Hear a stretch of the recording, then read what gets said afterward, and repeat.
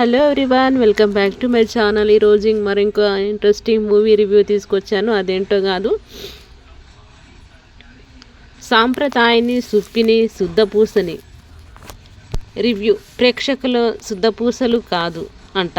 అసలు ఏందా cinema, movie ఎట్లుంది, దానికి సంబంధించిన కంప్లీట్ డీటెయిల్స్ ఇప్పుడు మీకు షేర్ చేసుకోబోతున్నాను.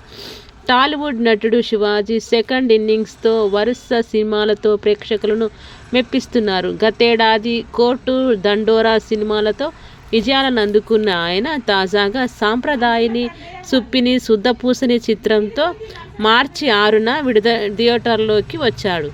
దర్శకుడు సుధీర్ శ్రీరామ్ తెరకెక్కించిన ఈ మూవీలో లయ, ఆలీ, ప్రిన్స్, ధన్రాజ్, రిక్కీ, బబ్లు, రోహన్, షాబుద్దీన్, చిత్రం, శ్రీను, కమల్, చమ్మక్ చంద్ర, ఇమాన్యువల్ తదితరులు నటించారు. ఈ మూవీకి నిర్మాత శివాజీ కావడం విశేషం. బన్నీవాస్, వంశీ, నందిపాటి ఈ చిత్రాన్ని విడుదల చేశారు. అసలు కథ ఏంటంటే, శ్రీరామ్ అలియాస్ శివాజీ సచివాలయ కార్యదర్శిగా పనిచేస్తూ చాలా నిజాయితీపరుడుగా పేరు తెచ్చుకుంటాడు. ఎలాంటి ప్రలోభాలకు లొంగిపోకుండా తన ఉద్యోగ ధర్మాన్ని పాటించే వ్యక్తిత్వం. భార్య ఉత్తర అలియాస్ లయ, కుమారుడు మిక్కీ అలియాస్ రోహన్. వీరిద్దరూ ఒకే రకమైన మనస్తత్వాలతో ఉంటారు. వారిలో అమాయకత్వంతో పాటు అతి తెలివి కూడా ఎక్కువగానే ఉంటుంది. ఎవరైనా వాళ్ళ జోలికి వెళ్తే ఏం చేస్తారో వారికే తెలియదు. అలా వారి పాత్రలన్నీ టైటిల్కు తగ్గట్లే ఉంటాయి. ఈ కాలనీలోనే వారి ఫ్యామిలీ చాలా గమ్మత్తుగా ఉంటుంది. ఎంతో సరదాగా వెళ్తున్న వారి జీవితంలోకి ఎస్ఐ విక్రమ్ అలియాస్ ప్రిన్స్ వస్తాడు. అతనికి అమ్మాయిల పిచ్చి ఉంటుంది. ఒకరోజు శ్రీరామ్తో గొడవ అవుతుంది. అదే సమయంలో స్థానిక ఎమ్మెల్యేకు సంబంధించిన ఒక ల్యాండ్ సెటిల్మెంట్ ఫైల్ను శ్రీరామ్ అలియాస్ శివాజీ అడ్డుకుంటాడు. అయితే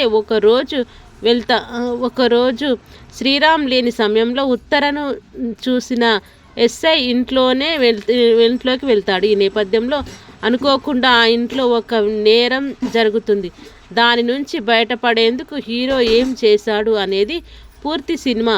శ్రీరామ్ ఇంటికి ఎస్ఐ ఎందుకు వెళ్ళాడు, అక్కడ ఎలాంటి నేరం జరిగింది, దాని నుంచి తన కుటుంబాన్ని కాపాడుకోవడానికి హీరో ఎంత దూరం వెళ్ళాడు, ఇందులో ఎమ్మెల్యే పాత్ర ఏంటి అనేది తెలియాలంటే సినిమా చూడాల్సిందే. అసలు సినిమా ఎలా ఉందంటే, సాంప్రదాయని సుప్పిని శుద్ధపూసని కథలో ఎక్కువగా దృశ్యం మూవీ సీన్లు గుర్తుకొస్తాయి. కానీ ఆ మూవీలో ఉన్నంత సీరియస్ ఇందులో కనిపించదు.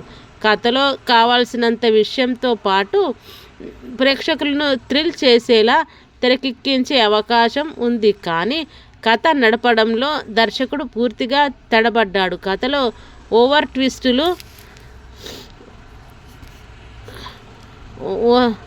ట్విస్టులు ఉంటాయి, కానీ అవన్నీ ప్రేక్షకుడికి చిరాకు పుట్టిస్తాయి. ఇందులో శ్రీరామ్ పాత్ర సాంప్రదాయంగా ఉంటే, ఇంకొకరు ఉత్తర సుప్పనాతితనంతో ఉంటారు. ఇంకొకరు మిక్కీ శుద్ధపూసలా కనిపించే దొంగ. ఇలా ప్రతి పాత్ర గమ్మత్తుగా ఉంటుంది. అయితే వారు ఇచ్చే ట్విస్టులే కొంపముంచాయి. తన ఇంట్లో జరిగిన ఒక నేరం నుంచి బయటపడేందుకు శివాజీ అమలు చేసే ప్లాన్స్ కొన్ని పర్వాలేదనిపిస్తుంది. అయితే హీరో సమస్యలో పడిన ప్రతిసారి ఆయనకి అనుకూలంగా ఏదో ఒకటి జరగడంతో ప్రేక్షకుడికి చిరాకు పుట్టిస్తుంది. ఆపై చైల్డ్ ఆర్టిస్ట్ రోహన్ పాత్ర తికమకగా మారి తెలివి తక్కువగా ఉంటుంది.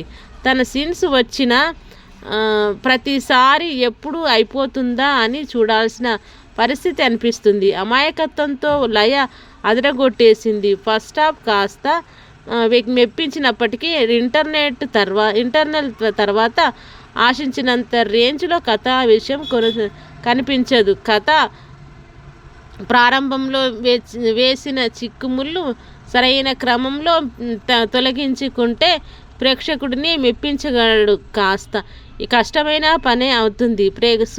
ప్రేక్షకుడి తెలివికి పరీక్ష పెట్టాలి, కానీ అక్కడ సహనానికి అగ్ని పరీక్ష దర్శకుడు పెట్టాడనిపిస్తుంది.